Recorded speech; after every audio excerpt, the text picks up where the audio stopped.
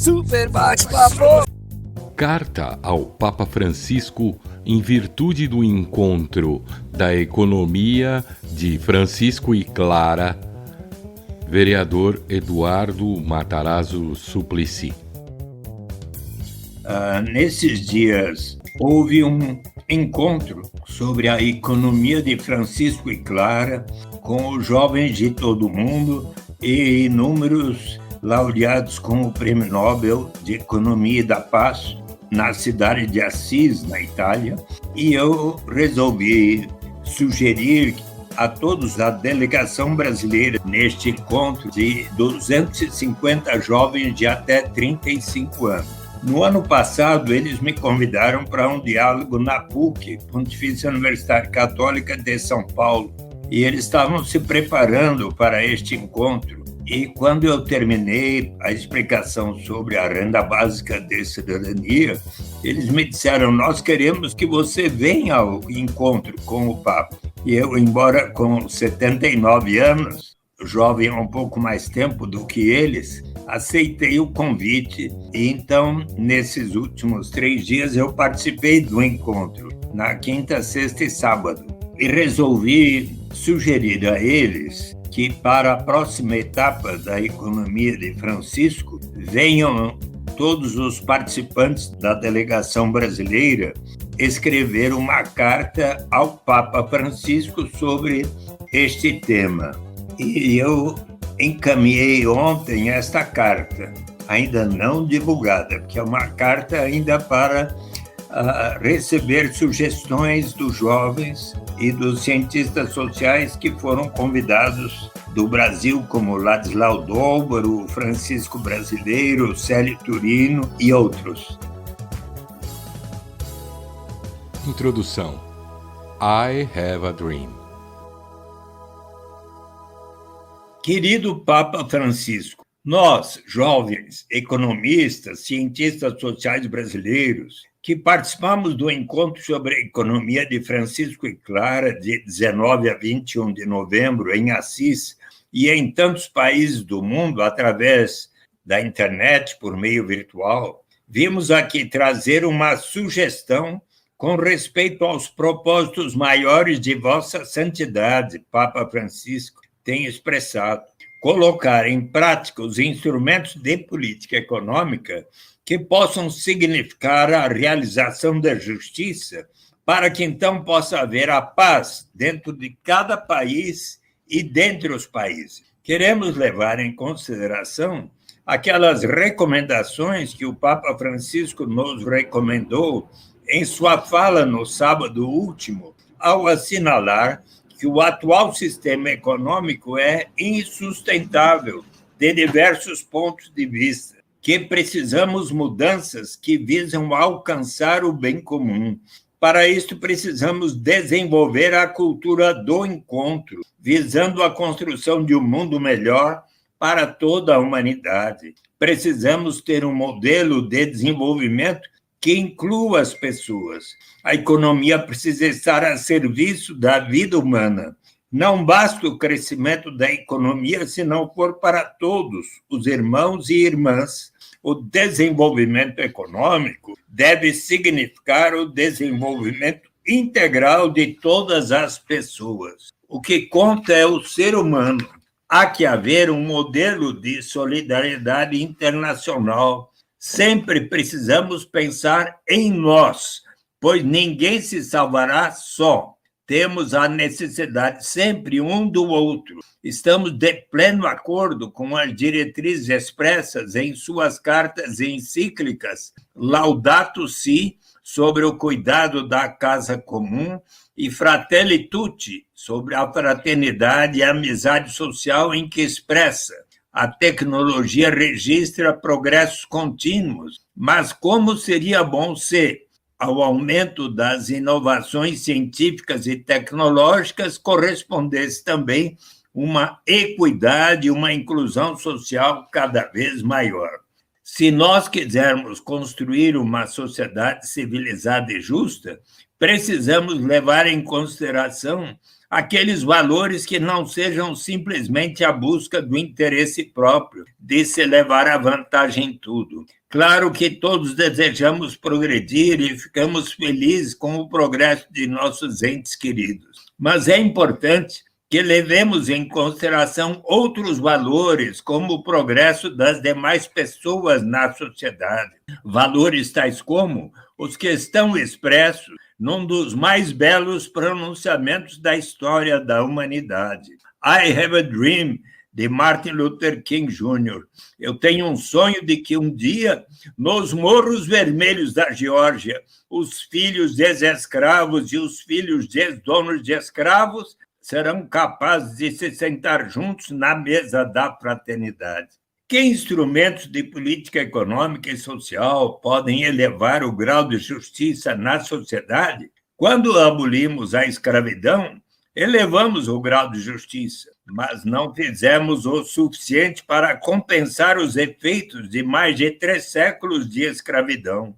Se provermos ótima qualidade de ensino para todas as meninas e meninos, todos os jovens, para os adultos, inclusive para os adultos que não tiveram boas oportunidades quando eram crianças, estaremos elevando o grau de justiça. Se provermos muito boa qualidade de assistência à saúde na cidade e no campo, em todos os bairros das cidades, estaremos elevando o grau de justiça. Se realizarmos mais depressa a reforma agrária num país ainda com forte concentração da riqueza fundiária, estaremos elevando o grau de justiça. Se promovermos mais e mais oportunidades de economia solidária, estimulando as formas cooperativas de produção, estaremos elevando o grau de justiça. Se aumentarmos mais as oportunidades de microcrédito, pequenas somas de recursos para que pessoas sem patrimônio possam adquirir instrumentos de trabalho e realizarem atividades produtivas que lhes permitam oferir uma remuneração suficiente para uma vida digna e pagarem um empréstimo em 12 ou 24 prestações módicas, estaremos elevando o grau de justiça. E temos também as diversas formas de transferência de renda, como as do sistema previdenciário, o benefício da prestação continuada, o seguro-desemprego, o salário-família, o abono salarial, o Bolsa Família e, mais recentemente, o auxílio emergencial. Super bate-papo. Cultura, esporte, política, sociedade. SBP Política. Super bate-papo. Esse é o Super Bate-Papo, uma conversa entre 4 amigos e mais convidados. Eu sou o Douglas, administrador de empresas e gestor de políticas públicas. Benê, professor de História e historiador, militante. Luizão, consultor legal. Ricardo, biólogo. Esse é o nosso time que vai trocar ideias sobre 4 temas importantes nos tempos atuais. Estaremos aqui falando sobre cultura, política, esporte e sociedade, abordando esses assuntos de modo descontraído e inteligente, como é próprio quando se quer levar um bate-papo de verdade. Um super bate-papo. Esperamos que você aprecie e volte sempre, porque essa é a nossa contribuição para fazer um mundo melhor. Então, demorou! Vamos começar esse super bate-papo agora! Dando início ao nosso super bate-papo, eu tô aqui para entrevistar quem? O nosso sempre querido senador aqui, eleito com a maior votação para a vereança de São Paulo, reeleito, né? Falar um pouco do Suplicy, para quem não conhece, ele é economista, professor universitário, administrador de empresa e é um dos fundadores do Partido dos Trabalhadores. Vereador reeleito agora, com a maior votação entre os que foram eleitos. Foi senador pelo Estado de São Paulo durante 24 anos. Esse é o nosso entrevistado de hoje. Gostaria que o senhor saudasse a audiência. Bem-vindo, senador. Muito obrigado, prezado Douglas, Benê Santos, Ricardo Santana, Alberto dos Anjos. É uma satisfação de estar participando desse bate-papo e eu estou à disposição de conversar com vocês, ainda mais com todas as pessoas, sobretudo da Brasilândia, e todos os bairros da Zona Norte de São Paulo. Vocês procuram trazer uma informação muito importante e relevante para as pessoas. E temos uma boa notícia hoje, porque nos jornais de hoje, na Folha de São Paulo, está ali escrito que, em livro, o Papa Francisco defende reformas contra novas crises. E essa reportagem fala de Vamos Sonhar Juntos, o novo livro do Papa Francisco com Austin Ivereig, e que fala o seguinte: em seu novo livro, escrito em resposta aos desafios da pandemia do Covid-19, o Papa Francisco critica os negacionistas da crise global de saúde, defende a criação de uma forma de renda básica universal e afirma que a discriminação contra imigrantes e religiões não cristãs vai contra a mensagem de Jesus. Então, na verdade, o apelo que estou sugerindo para se fazer ao Papa, ele já está atendendo no seu novo livro que está saindo esta semana nas mais diversas línguas. Uma notícia assim muito especial e a qual eu estou me dedicando nesta última semana em tempo integral. Além de expressar aqui a minha total solidariedade ao João Alberto Freitas, que infelizmente foi barbaramente espancado até a morte ali quinta-feira última no supermercado, no Carrefour, em Porto Alegre. Minha solidariedade. A gente é bem interessante, o senhor colocou uma ideia de uma sociedade bem mais humanizada, né? E a gente está passando tanto no nível federal quanto no nosso nível municipal por uma sociedade, por uma administração que visa muito mais o capital, né, a privatização, a elitização do espaço público, da forma de viver, né, e principalmente para quem tem baixa renda, né, a exclusão, né, de poder viver nessa cidade, né. Então, eu queria que o senhor falasse um pouquinho, que a gente tem 2 cenários possíveis para 2021, né, de prefeitos com propostas diferentes.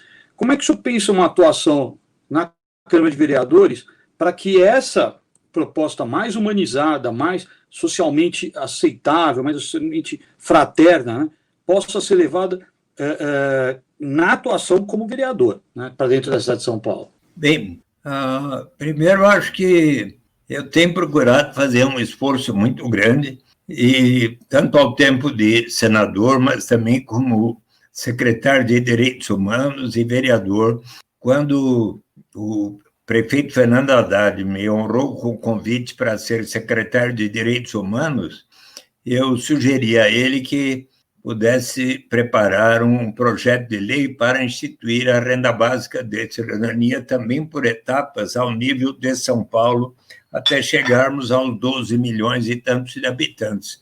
E foi formado um grupo intersecretarial que trabalhou por 6 meses e no último mês de sua gestão, ele enviou para a Câmara Municipal um projeto de lei para instituir a renda básica de cidadania, que começou a tramitar, passou na Comissão de Constituição e Justiça, de Administração Pública, estava com um parecer favorável do vereador Gilberto Natalini. Aconteceu que, dada a pandemia do coronavírus, no mesmo mês de abril, que foi aprovado no Congresso Nacional, e, felizmente, o auxílio emergencial, eu também apresentei na Câmara Municipal um projeto de lei para contribuir para a finalidade de se prover R$100 por mês às famílias, a todas as pessoas das famílias que estavam no Bolsa Família, por 3 meses, e prorrogáveis se a pandemia continuar. E então os dois projetos estavam tramitando na Câmara Municipal e eis que ainda em 22 de outubro acabou sendo aprovado por 48-20 o projeto do Fernando Haddad na forma do substitutivo dessa renda básica emergencial, R$100 por mês, por 3 meses, para as pessoas de famílias mais carentes que estão no Bolsa Família. E acabou havendo um bom diálogo, inclusive com a base de sustentação do prefeito Bruno Covas, para que esta renda básica emergencial fosse aprovada por 48 votos a 2 dos 55 vereadores. Então, tivemos um passo aí. E eu justamente estou pensando agora, porque seria interessante que o prefeito eleito domingo venha eu estou sugerindo que esse novo prefeito eleito venha a considerar não apenas a renda básica emergencial que foi aprovada, mas em caráter mais permanente.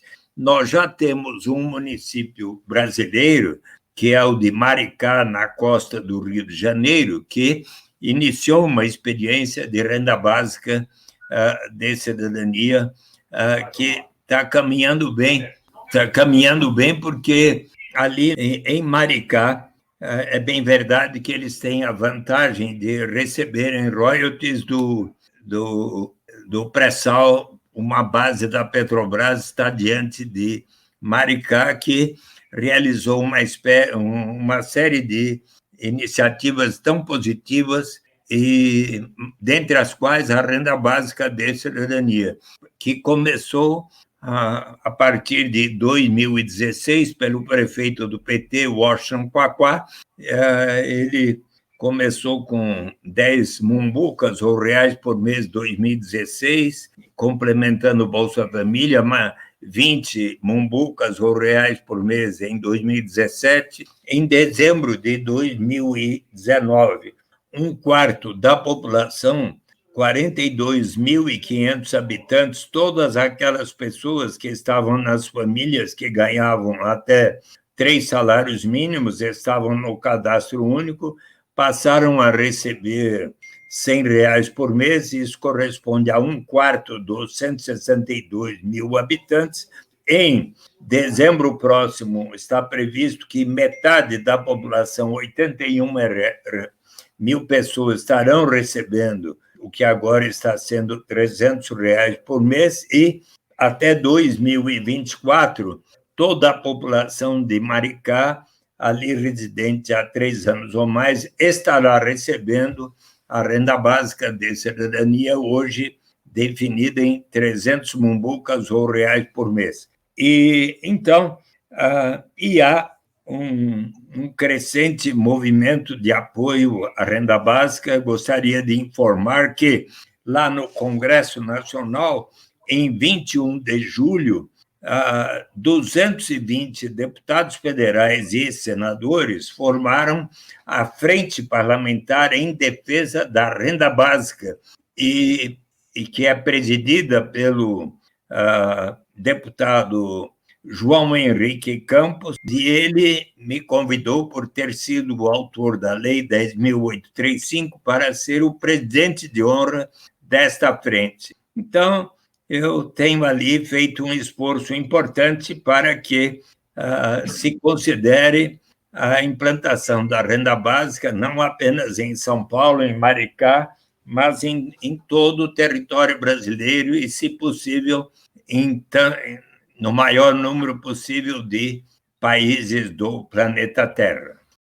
Vereador, uma coisa que eu gostaria de saber é o seguinte: houve uma certa renovação da Câmara Municipal, felizmente o senhor se elegeu, né, foi o vereador mais votado, merecidamente, mas a Câmara Municipal, ela parece, essa que foi eleita agora para a nova legislatura, ela parece que tem uma diversidade maior. Pessoas da periferia, pessoas negras, pessoas trans foram eleitas, né? Eu queria que o senhor analisasse de que maneira essa maior diversidade do legislativo pode facilitar a aprovação de medidas que realmente pode ajudar, de medidas que podem realmente ir em favor do povo. Nesse sentido, o senhor falou de uma maior humanização, de uma cidade que não seja, como na atual administração, toda ela privatizada. Queria que o senhor fizesse uma análise desse processo, né, dessa nova Câmara e tudo. Felizmente, houve essa expansão da diversidade e de uma maneira muito interessante. Primeiro, eram 8 as mulheres, agora serão 13, e algumas das quais negras, e duas cadeiras de vereador foram destinadas a mandatos coletivos, inclusive de até 5 mulheres, um deles, então, eu acho isso muito positivo. Quero assinalar que, durante esta campanha, vocês sabem que esta foi a 13ª campanha da qual eu participei desde 78. É a primeira que eu fiz de casa, por meio da internet, por meio de diálogos virtuais, como estamos aqui realizando o nosso agora.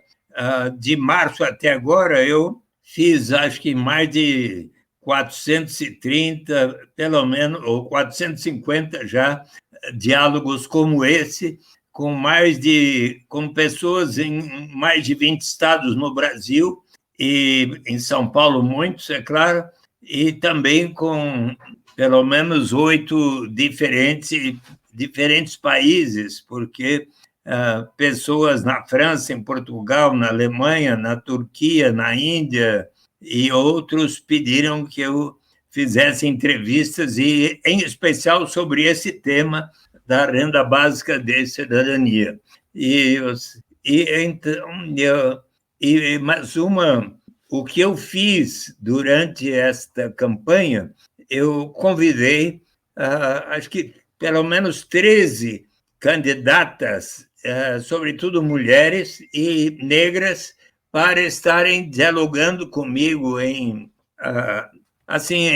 diálogos ao vivo, em lives, e para procurar ajudá-las a serem eleitas. Eram candidatas a vereadoras, como eu também fui candidata a vereador, e acredito que ajudei diversas delas a terem uma votação maior do que de outra forma teriam. E muito me agradeceram. O que eu quero dizer com isso é que eu considero muito positivo que agora tenhamos mais mulheres negras, temos também uma mulher trans e um homem trans como vereadoras e vereadores na Câmara Municipal de São Paulo, e isso, obviamente, contribuirá muito para o objetivo de tornar São Paulo uma cidade melhor para todos. Super bate-papo! Carta ao Papa Francisco em virtude do encontro da economia de Francisco e Clara, vereador Eduardo Matarazzo Suplicy. Do Bolsa Família à renda básica de cidadania. E já está previsto na Lei 10.835 de 2004 a renda básica de cidadania, incondicional e universal para todos os residentes no Brasil, inclusive os estrangeiros aqui residentes há 5 anos ou mais, suficiente para atender às suas necessidades vitais.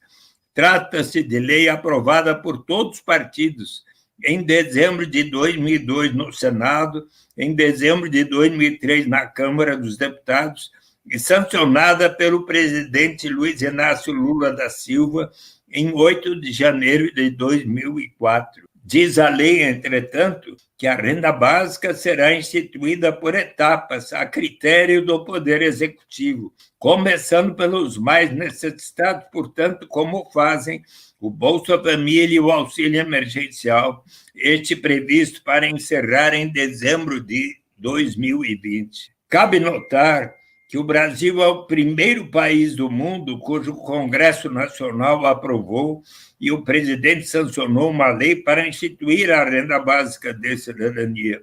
Para que ela venha, de fato, a ser colocada em prática, faz-se necessário persuadir os que ocupam as principais funções de responsabilidade no Poder Executivo e no Congresso Nacional. Avaliamos que a manifestação do Papa Francisco sobre a renda básica de cidadania incondicional e universal poderá ser de fundamental importância para que ela venha a se efetivar no Brasil e na Terra. Super bate-papo! Super bate-papo! Carta ao Papa Francisco em virtude do encontro da economia de Francisco e Clara, vereador Eduardo Matarazzo Suplicy. Renda básica de cidadania, fundamentos filosóficos. Eis porque consideramos muito importante aqui colocarmos as razões pelas quais acreditamos que a renda básica de cidadania corresponde inteiramente aos fundamentos e objetivos da economia de Francisco e Clara e de suas encíclicas Laudato Si e Tutti France. Quais as origens e os fundamentos da proposta ao longo da história da humanidade? 520 anos antes de Cristo, o mestre Confúcio, no livro das explicações e das respostas, observou que a incerteza é ainda pior do que a pobreza. E pode alguém sair de casa senão pela porta? Se quisermos construir uma sociedade civilizada e justa e uma solução tão de bom senso quanto sairmos de casa pela porta, é instituirmos a renda básica de cidadania. 300 anos antes de Cristo, em política, Aristóteles diz que a política é a ciência de como atingir o bem comum, uma vida justa para todos. Para isso, se faz necessário a justiça política, que precisa ser precedida da justiça distributiva, que torna mais iguais aos desiguais. A palavra mais citada no Antigo Testamento da Bíblia Sagrada, 513 vezes, é tzedakah, T-Z-E-D-A-K-A, que em hebraico quer dizer justiça social, justiça na sociedade, que era o grande anseio do povo judeu, como também o é do povo palestino. No livro do Êxodo, de Deuteronômio, dos Provérbios, de Davi, de Esaú, sempre está a palavra tzedakah. Eis porque em seus seminários, o movimento dos trabalhadores rurais sem terra muitas vezes começa pela leitura do Êxodo, para lembrar pela luta da terra prometida, por justiça social, pela reforma agrária. No Novo Testamento, nos Atos dos Apóstolos, está que eles venderam e juntaram os seus bens, passaram a viver em comunidade, de modo a cada um poder receber de acordo com as suas necessidades. Nas parábolas de Jesus, como na do Senhor da Vinha, ele conta que o Senhor da Vinha contratou inúmeros trabalhadores ao longo da jornada, na primeira, na segunda, até a última hora do dia. Com cada um combinou o que ambos consideravam como justo. Ao final da jornada, começou a fazer o pagamento pelo último que lá chegou. Ao pagar o primeiro, este lhe perguntou: mas como o senhor está pagando o mesmo que o último que aqui chegou, o senhor não vê que eu trabalhei mais do que ele? Note que eu estou lhe pagando o que ambos combinamos como justo, e que o último que aqui chegou também deve ter o direito de receber o necessário para o sustento da sua família. E na segunda epístola de São Paulo aos Coríntios, ele recomenda que todos nós deveremos sempre seguir o exemplo de Jesus, que, em sendo tão poderoso, resolveu se solidarizar e viver dentre os mais pobres, de tal maneira que, conforme está escrito, para que haja igualdade, para que haja justiça, toda aquela pessoa que teve uma safra abundante não tenha demais, e toda aquela pessoa que teve uma safra pequena não tenha de menos. E se nós formos observar os ensinamentos de Maomé e dos seguidores do islamismo, como os 4 califas que escreveram o livro dos Hadis, Omar, o segundo deles, ele diz: toda aquela pessoa que tem um grande patrimônio deve destinar uma parcela deste patrimônio para os que têm pouco ou nada têm. E se olharmos os ensinamentos do budismo, como o de Dalai Lama, em uma ética para o novo milênio, ele diz: se for para admitir o consumo tão suntuoso dos mais ricos, nós precisamos antes assegurar a sobrevivência de toda a humanidade. Super bate-papo. Cultura, esporte, política, sociedade. SBP Política. Super bate-papo. Então, estamos de volta aqui com o vereador Eduardo Suplicy e eu vou fazer uma pergunta até meio didática, bastante simples, mas que muita gente tem dúvida. Vereador, qual a diferença entre o Bolsa Família e o Renda Básica de Cidadania?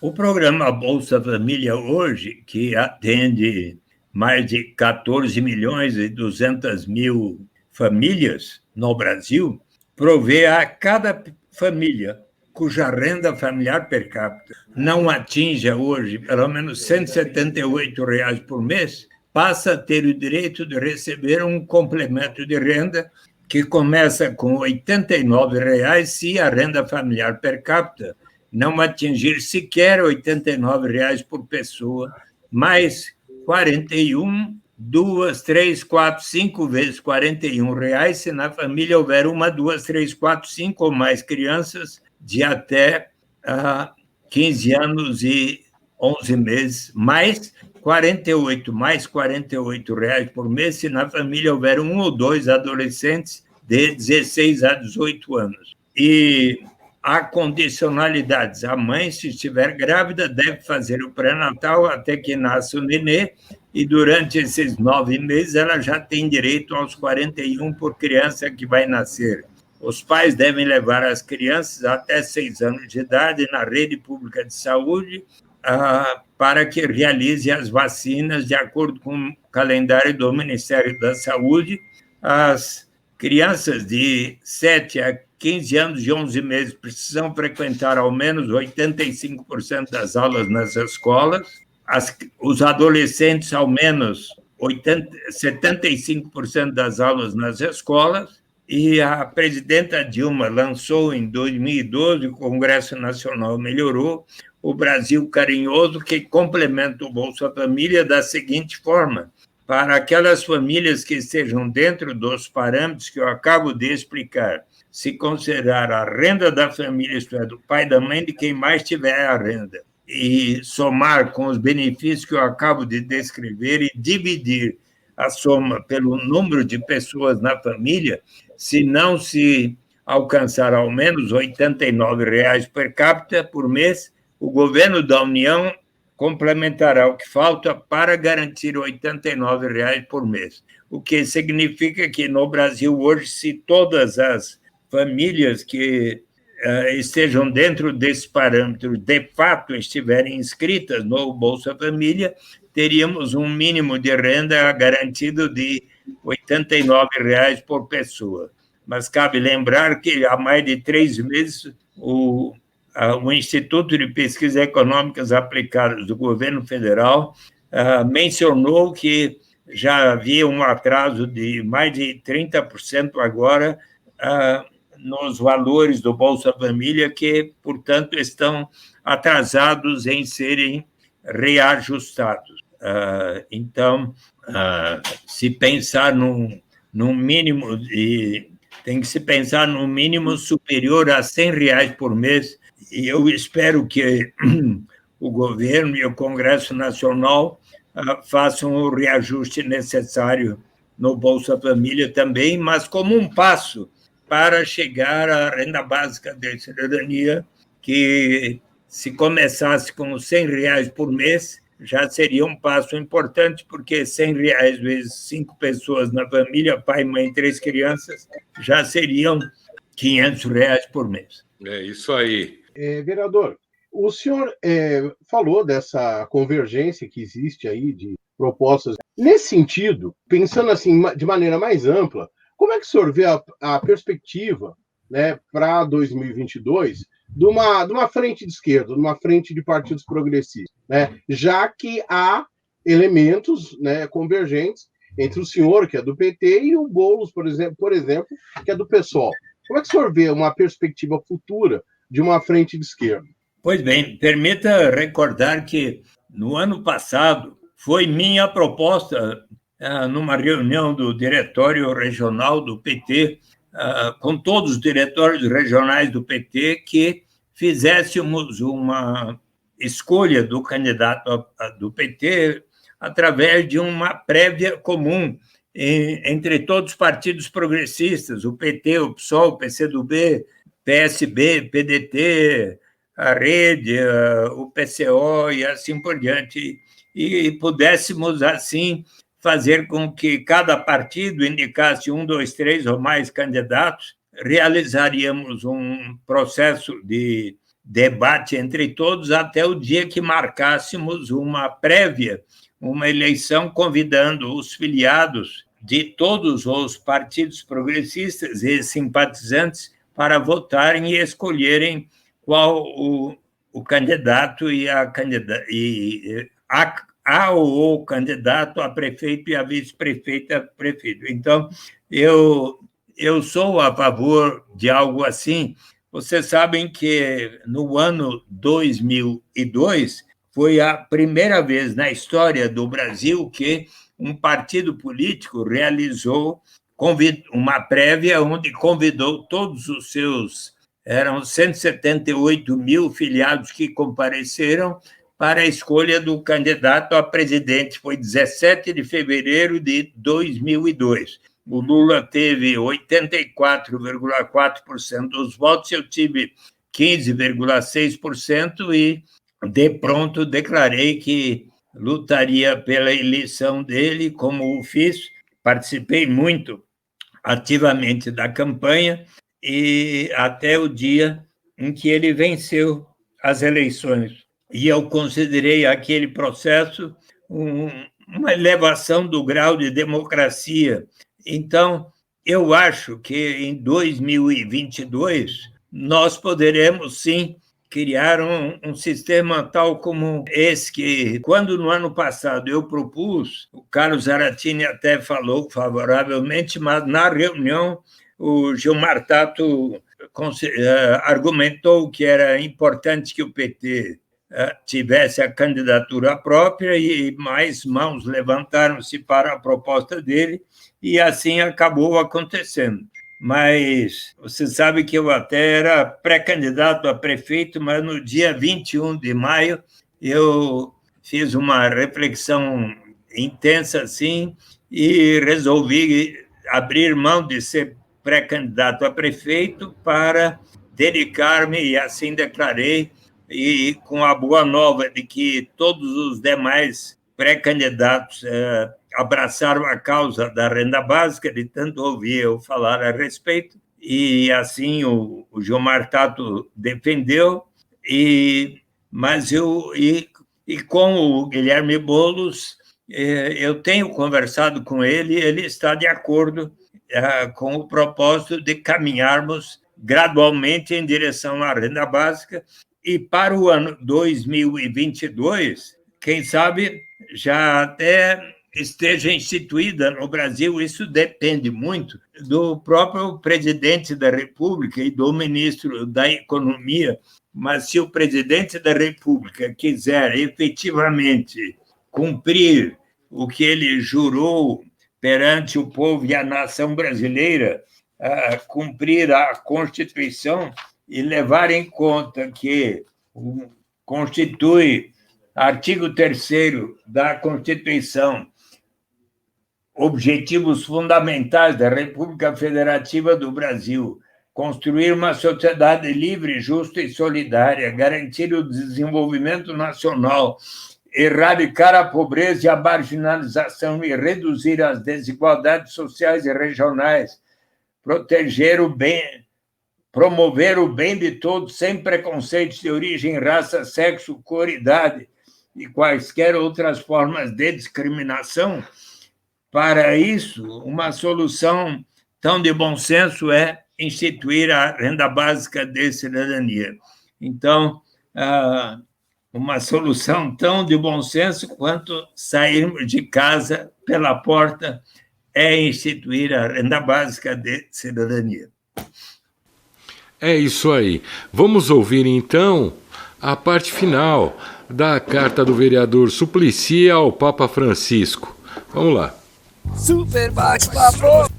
Carta ao Papa Francisco em virtude do encontro da economia de Francisco e Clara, vereador Eduardo Matarazzo Suplicy. Renda básica de cidadania, um ideal da modernidade. Podemos seguir um pouco mais adiante na história e nos encontrarmos no século XVI com aquele que foi canonizado santo pela Igreja Católica em 1935, ao tempo do Papa Pio XI, e que em 2000 foi proclamado como patrono dos políticos e governantes por sua alta estatura moral e ética pelo Papa João Paulo II. Em 1516, Thomas More publicou A Utopia, em cujo livro primeiro há um diálogo do cardeal Morton com alguns personagens sobre a pena de morte que, instituída na Inglaterra no início do século XVI, não havia colaborado para diminuir a criminalidade violenta, os assaltos, os roubos, os assassinatos. Foi então que o viajante português Rafael Itlodeu ponderou: muito mais eficaz do que não haver outra alternativa para uma pessoa se tornar primeiro um ladrão, para daí ser transformado em cadáver, é você assegurar a sobrevivência das pessoas. Com base nesta reflexão, um amigo de Thomas More, Juan Luiz Vives, escreveu um tratado de assistência aos pobres para o prefeito da cidade flamenga de Bruges, onde pela primeira vez propõe a sobrevivência de seus habitantes. Por esta razão, Thomas More é considerado um dos pensadores da história que tão bem fundamentou o direito à garantia de renda. Thomas Paine, um dos mais importantes ideólogos das revoluções americana e francesa, muito bem fundamentou o direito à renda básica. Em Justiça Agrária, escrita para a Assembleia Nacional da França em 1795, ele explica que a pobreza era causada pela civilização e pela instituição da propriedade privada.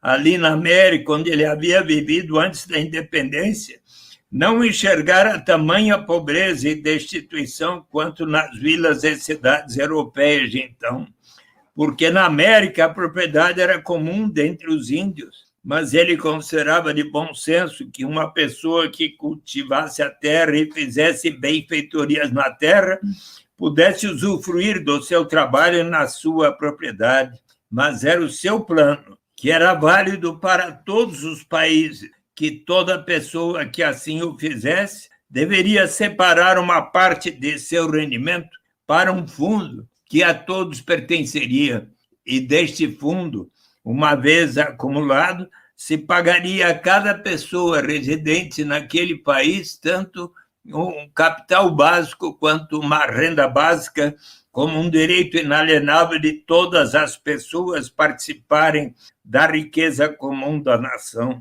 Depois de ter escrito o Manifesto Comunista com Friedrich Engels, em 1848, mais tarde os volumes de O Capital, Karl Marx, em 1875, escreveu a Crítica ao Programa de Gotha, onde observa que numa sociedade mais amadurecida, os seres humanos vão se portar de tal maneira que poderão inscrever como lema da sociedade 12 palavras em inglês que o grande economista John Kenneth Galbraith observou que tiveram um efeito ainda mais revolucionário que os volumes de O Capital, from each according to his capacity to each according to his needs. conta que, ao fazer uma palestra sobre o tema para as comunidades eclesiais de base, na sede da Conferência Nacional dos Bispos do Brasil, após ter citado dezenas de pensadores ao longo da história que defendiam a garantia de uma renda para todos, o saudoso presidente da CNBB, Dom Luciano Mendes de Almeida, ponderou a mim: Eduardo, você não precisa citar o Karl Marx para defender a sua proposta, porque ela é muito melhor defendida por São Paulo na segunda epístola aos Coríntios. E daí eu li aquela epístola, achei tão bela, que passei sempre a citar tanto São Paulo quanto Karl Marx. Em 1918, em Os Caminhos para a Liberdade, Bertrand Russell, depois de fazer uma reflexão sobre o fascismo, o anarquismo e o sindicalismo, os grandes movimentos que abalaram a Europa antes da Segunda Grande Guerra Mundial, chegou à seguinte conclusão: o meu plano é exatamente esse. Toda pessoa deve ter um mínimo para a sua sobrevivência. A partir daí, cada um vai ter o direito de receber por sua produção, talento, criatividade e dedicação, mas a ninguém deve ser negado o mínimo para a sua sobrevivência. Daí para frente, no século XX e XXI, um número crescente de filósofos, economistas, cientistas sociais, muitos laureados com o Prêmio Nobel de Economia e da Paz no mais largo espectro, como George Cole, a Lady Juliet Rees-Williams, Dennis e Mabel Milner, Herbert Simon, John Maynard Keynes, Oscar Lange, Abba Lerner, John Robinson, Friedrich Hayek, Milton Friedman, George Stigler, Robert Theobald, John Rawls, John Kenneth Galbraith, James Edward Mead, Daniel Patrick Moynihan, James Tobin, Celso Furtado, Josué de Castro, Martin Luther King Jr., Mark Ferry, J. Herman, Klaus Hoff, Philippe Van Pares, Yannick van der Bort, Hermione Parker, Rema Rothschild, Amartya Sen, Guy Stenning, Carl Polanyi, Daniel Raventós, Walter Van Trier, Ruben Louvolo, Desmond Tutu, Robert Solow, Vernon Smith, Daniel McFadden, Muhammad Yunus, Peter Diamond, Christopher Pissarides, Angus Deaton, Esther Duflo, Abhijit Banerjee, passaram a defender a garantia de uma renda, seja através de um imposto de renda negativo ou através de uma renda básica universal incondicional como um direito à cidadania. Renda básica de cidadania, a solidariedade de cada um em benefício de todos. A maior vantagem da renda básica de cidadania universal e incondicional, como demonstram com muita clareza Philippe Van Pares e Yannick van der Bort, em Renda Básica, uma proposta radical para uma sociedade livre e economia sã, da Cortez Editora, 2018, com o meu prefácio, é de justamente prover dignidade e liberdade real para todas as pessoas na sociedade. Uma questão importante é a de como financiar a renda básica para todos. Mas como até para os que têm maior riqueza e renda, sim, mas obviamente essas pessoas vão contribuir para que elas próprias e todas as demais venham a receber. E daí acabamos com a burocracia sem precisar saber quanto cada um ganha no mercado formal ou informal, e com o estigma, o sentimento de vergonha da pessoa precisar dizer o quanto ganha. Elimina-se também o fenômeno da dependência que resulta nas armadilhas da pobreza ou do desemprego. Quando as pessoas de maior riqueza e rendimento conhecerem bem as vantagens de viverem numa sociedade com muito maior grau de solidariedade e fraternidade, com muito menor grau de criminalidade e maior segurança, elas terão muito maior boa vontade de contribuírem com maior grau de taxação sobre seus rendimentos, fortunas e heranças. A mais bem-sucedida experiência com o pagamento de uma renda igual a toda a população é a do Alasca, iniciada em 1982, e a qual fez o Alasca passar de um mais desigual dos 50 estados norte-americanos, em 1980, para atualmente o mais igualitário junto com Utah. Outras experiências têm tido sucesso em Macau, em Otiveiro, na Namíbia, no estado de Madhya Pradesh, na Índia, experiências locais na Finlândia, na Escócia, na Alemanha, na Holanda, na França, na Espanha, nas vilas rurais do Quênia, no município de Maricá, no estado do Rio de Janeiro, no Brasil, na cidade de Stockton, na Califórnia, em Toronto, no Canadá.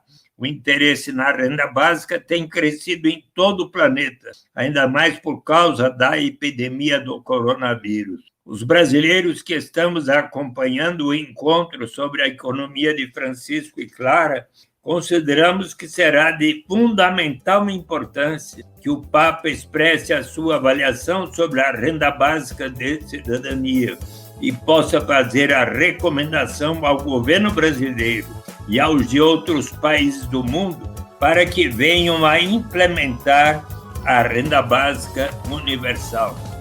Opa, a gente quer agradecer aqui essa participação do vereador Eduardo Suplicy. Você fica aí, a gente volta já. Super bate-papo. Papo reto com o biólogo Ricardo Santoro. Prevenindo a Covid saindo de casa. Se você tiver que sair da sua casa, além de usar máscara, além de tomar cuidado de não ficar encostando nas coisas, não pôr a mão no rosto, mantenha a distância das pessoas, o máximo que você conseguir. 2 metros, começam a ficar seguros para você não ser contaminado. Super bate-papo.